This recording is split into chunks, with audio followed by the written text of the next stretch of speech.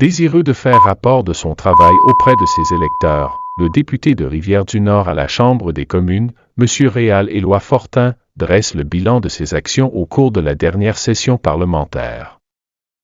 En plus de ses mandats de coprésident du comité mixte spécial sur la déclaration de situation de crise et de vice-président du comité permanent de la justice et des droits de la personne, le député Réal Fortin est intervenu plus spécifiquement sur 1. Le projet de loi C-291, matériel d'abus et d'exploitation pédosexuelle, 2. Le projet de loi C-295, négligence d'adultes vulnérables, 3. Le projet de loi S-4, réponse à la COVID-19 et autres mesures, 4. Le projet de loi C-283, traitement de la toxicomanie dans les pénitenciers.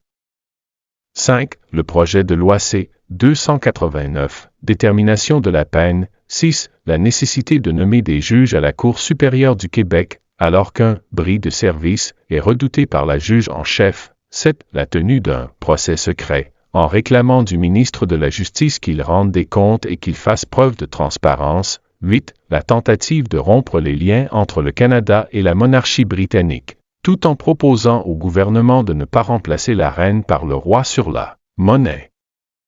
9. Le redécoupage proposé par la Commission de délimitation des circonscriptions électorales fédérales pour le Québec, qui aurait pour effet de retirer une partie de la ville de Prévost et l'entièreté de la municipalité de Saint-Hippolyte de la circonscription de Rivière-du-Nord. 10. La demande de la ville de Saint-Jérôme d'acquérir l'immeuble Taillon, entre autres en organisant une rencontre entre le ministre de la Sécurité publique et le maire de Saint-Jérôme.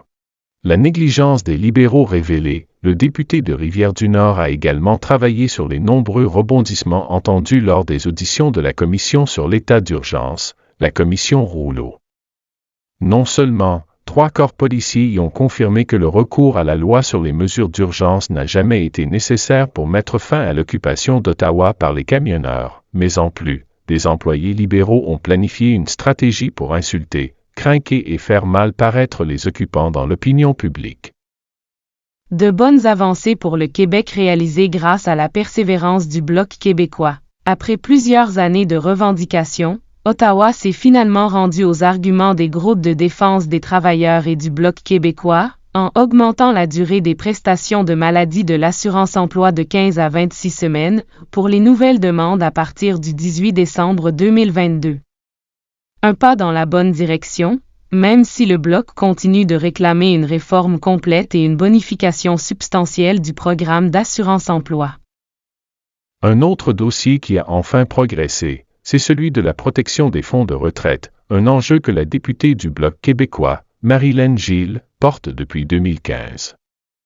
La Chambre des communes a finalement voté un projet de loi, C-228, pour mettre à l'abri les fonds de pension des travailleurs afin qu'ils puissent compter sur leurs revenus de retraite, même si leur employeur ou ex-employeur fait faillite. Plus localement, le député se réjouit d'avoir obtenu un délai supplémentaire pour que la municipalité de Sainte-Sophie puisse utiliser pleinement sa subvention de 750 000 $ au Fonds canadien de revitalisation des communautés. Qu'il s'agisse de compromettre l'avenir du français, de dicter au Québec comment gérer les soins de santé ou de préserver la monarchie, les libéraux ne manquent pas d'appui à Ottawa. Aux yeux du Bloc québécois, ces ingérences, ces échecs, ces faiblesses et la confusion qui règne à Ottawa sont de nature à alimenter la réflexion des Québécois sur leur avenir au sein de cette fédération, a commenté le député du Bloc québécois, M. Réal Fortin, comme toujours. Les Québécoises et les Québécois pourront de nouveau compter en 2023 sur les élus du Bloc québécois, qui sont tous pour le Québec, tous les jours et sans compromis, de conclure le député M. Réal Fortin. De plus, il en a profité pour souhaiter un très beau et joyeux Noël, ainsi qu'une heureuse nouvelle année, à toutes les citoyennes et à tous les citoyens de Rivière-du-Nord.